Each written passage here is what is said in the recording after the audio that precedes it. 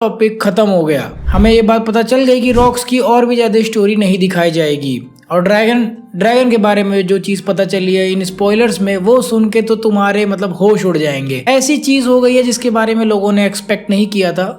आधे लोगों ने किया था, आधों ने नहीं किया था, उनके बीच में डिबेट चल रहा था और इन स्पॉयलर्स के आने के बाद ये पूरा का पूरा टॉपिक ही खत्म हो गया। और उन्हीं सारी चीजों के बारे में आज की इस वीडियो में बात करने वाले हैं कि आखिर ऐसा क्या हुआ था कुमा के साथ और उसके किंगडम के साथ कि उनको आगे चल के रेवोल्यूशनरी आर्मी को ज्वाइन करना पड़ा। बाय द वे आज का वीडियो थोड़ा सा डिफरेंट दिख रहा होगा। मैंने नई टोपी ले ली है भाई, और क्योंकि मैंने अपने बाल खत्म कर दिए सर पर से, और तुम लोगों ने आज तक कोई मेरी चेयर नहीं देखी थी। ये देखो यही है, ठीक है। इतना अच्छा दिखता है, ये बहुत अच्छा दिखता है एक्चुअली में, कि मैंने इसके ऊपर एक और चादर लगा के रखता हूँ। इसके ऊपर ऑलरेडी पॉलिथीन लगाता हूँ, फिर उसके ऊपर चादर लगाता हूँ ताकि चाय वगैरह ना गिर जाए या फिर पानी वगैरह गिर के खराब ना हो जाए, मेरे ही पसीने से गंदा ना हो जाए। Whatever the fuck it is. So guys, अब बिना टाइम वेस्ट किए लेट्स बिगिन।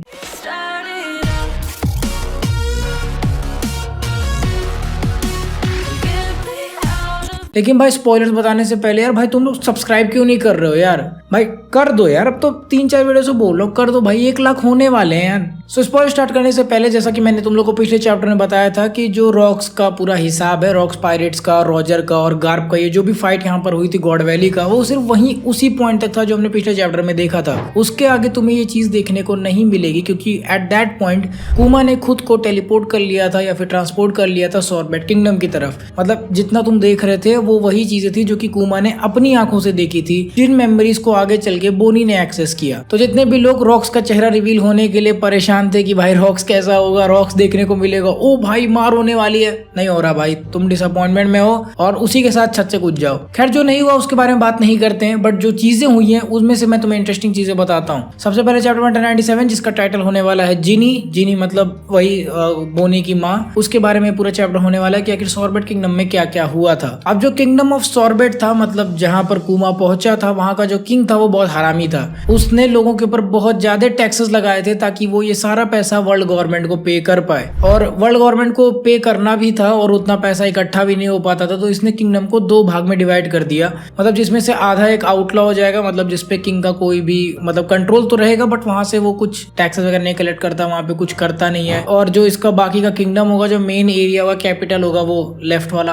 हाफ होगा, आधा हिस्सा होगा। बिल्कुल उसी तरह से जैसे तुमने वानों में देखा था जहां पर ओडेन बाद में रूल करने लगा था, उसी टाइप का यहाँ पर हिसाब कर दिया गया था। अब क्योंकि कुमा वर्ल्ड गवर्नमेंट से बचकर भाग के आया तो ऑब्वियसली वो जाके आउटलॉ वाले सेक्शन में रहता था, जहाँ पर कोई भी क्राइम हो सके या फिर जहाँ पर किंगडम का कंट्रोल नहीं था मोस्टली। अब ये सारी चुतियापा तो चल ही रहा था, लेकिन ड्रैगन ने भी ये सारी चीजें देखी थी और उसने सबसे पहले हमला किया था सॉर्बेट किंगडम पे ताकि वो इस टाइप के जो किंग है इसको यहाँ से खत्म कर सके, जिसकी वजह से सिटीजन्स लोग बहुत ज्यादा परेशान हो रहे थे। तो होता भी ऐसा ही है, ये लोग इस किंग को उसकी गद्दी पर से हटा देते हैं और इसी वजह से आगे चल के कुमा भी इनके फ्रीडम आर्मी को ज्वाइन करता है। लेकिन जो सबसे बड़ा खुलासा हुआ इस चैप्टर में वो अब होने वाला है, जहां पर ड्रैगन के बारे में पता चलता है कि ड्रैगन पहले मरीन हुआ करता था, लेकिन जब उसको पता चला कि मरीन्स एक्चुअली में कोई भी जस्टिस नहीं करते हैं किसी भी इंसान के साथ या किसी भी नॉर्मल सिटीजन के साथ, तो उसने वहां मरीन वाले पोस्ट से रिजाइन कर दिया। जिसकी वजह से एक आइडिया लगता है कि गार्प इतनी बुरी तरह से क्यों चाहता था कि एस और लूफी मरीन्स में ज्वाइन हो जाए,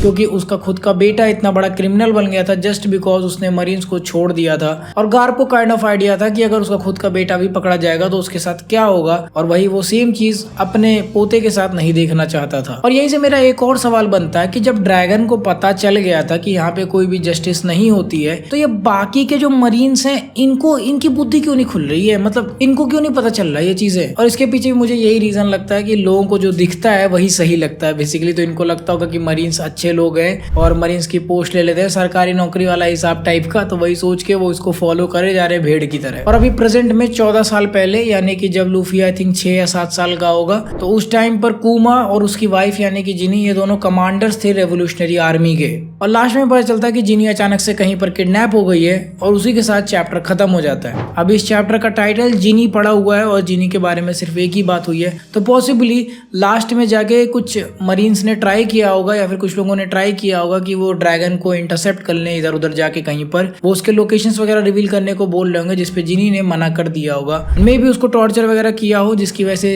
इस चैप्टर का नाम जिनी पड़ गया है, क्योंकि चैप्टर का जो नाम है वो उस कैरेक्टर के ही वर्क पे डिसाइड होता है कि उसने इस चैप्टर में ऐसा कौन सा बड़ा कांड किया है। पॉसिबली या तो उसका पास्ट लाइफ दिखाया गया होगा, मतलब ये लोग किस तरह से बड़े हुए, या फिर यही वाला पार्ट हुआ होगा जहां पर जिनी को कैप्चर करने से पहले उसे टॉर्चर किया होगा या कैप्चर करने के बाद भी। इसके अलावा ड्रैगन ने जब अभी सॉर्बेट किंगडम पे अटैक किया था तो वो अकेले नहीं आया था, उसके साथ इवानकॉव भी आया था। एंड इवानकॉव ने उसको बताया होगा सॉर्बेट किंगडम की हालत, क्योंकि वो ऑलरेडी यहाँ पे एक बार आ चुका था जब जिनी और कुमा यहाँ पर पहली बार लैंड किए थे। खैर अब क्योंकि ड्रैगन यहाँ पर एंट्री ले चुका है मांगा में, मतलब बैक स्टोरी में ही एंट्री ले चुका है, और ऑलरेडी हमने एक बार देख रखा वेगापंक के साथ इसका इंटरेक्शन, तो मुझे बहुत हद तक लगता है कि वेगापंक जाके वहीं पर रुकेगा। पॉसिबली ऐसा हो सकता है कि अभी स्प्लिट हो सकता है स्ट्रॉ हैट क्रू, क्योंकि जो हिसाब चल रहा है इस समय सैटर्न वहां पर आके उन सबको पीट रहा है, तो इसमें हो सकता हो एक रॉबिन वाला सेक्शन अलग जाएगा जहां पर वो लोग जाके फिर रेवोल्यूशनरी आर्मी से मिलेंगे और वहां पर वेगापंक जाके ड्रैगन के पास सुरक्षित पड़ा रहेगा, क्योंकि और कोई रास्ता तो मुझे लग नहीं रहा। मुझे लगता कि लूफी वेगापंक को अपने साथ लेके हर जगह जाएगा। खैर इसके अलावा मैं ड्रैगन के थोड़े बहुत पावर्स देखना चाहता हूँ, एटलीस्ट कुछ तो हमें थोड़ा बहुत हिंट देखने को मिले कि हाँ ड्रैगन को देख के 4 लोग डर गए या फिर उसकी हाकी स्ट्रॉन्ग है एंड ऑल दैट। हो सकता है किसी 1-2 पैनल में हमें इस चैप्टर में देखने को मिल जाए। बाकी बहुत ज्यादा उम्मीद लगा के मत बैठना कि तुम्हें कुछ ज्यादा ही देखने को मिल जाएगा, कुछ चीजों को बात के लिए छोड़ दो, हो सकता है बाद में हमें कुछ इंटरेस्टिंग चीजें पता चले ड्रैगन के बारे में। And that was it for the spoilers of chapter number 1097, जिसका टाइटल होने वाला है जिनी। अब इसके बाद कुछ इंटरेस्टिंग न्यूज के बारे में बात कर लेते हैं, जिसमें सबसे पहली चीज निकल के आ रही है कि वन पीस का SBS नंबर 107 आ चुका है। SBS तुम लोग को नहीं पता तो मैंने भी इस पे एक वीडियो बना रखी है, उसको जाके देख सकते हो। SBS 106 के ऊपर यहाँ पर ओडा सेंसेई ने एक बहुत बड़ी चीज क्लियर कर दी कि जो बेन बेकमैन है उसने किड का हाथ काटा था। स्पॉइलर नहीं है ब्रो, अगर तुम्हें ऐसा लग रहा तो ये तुम्हें एनिमे में नहीं देखने को मिलेगा, ये SBS में ही तुम्हें पता चलेगा। और स्पॉइलर वाली वीडियो में स्पॉयलर्स का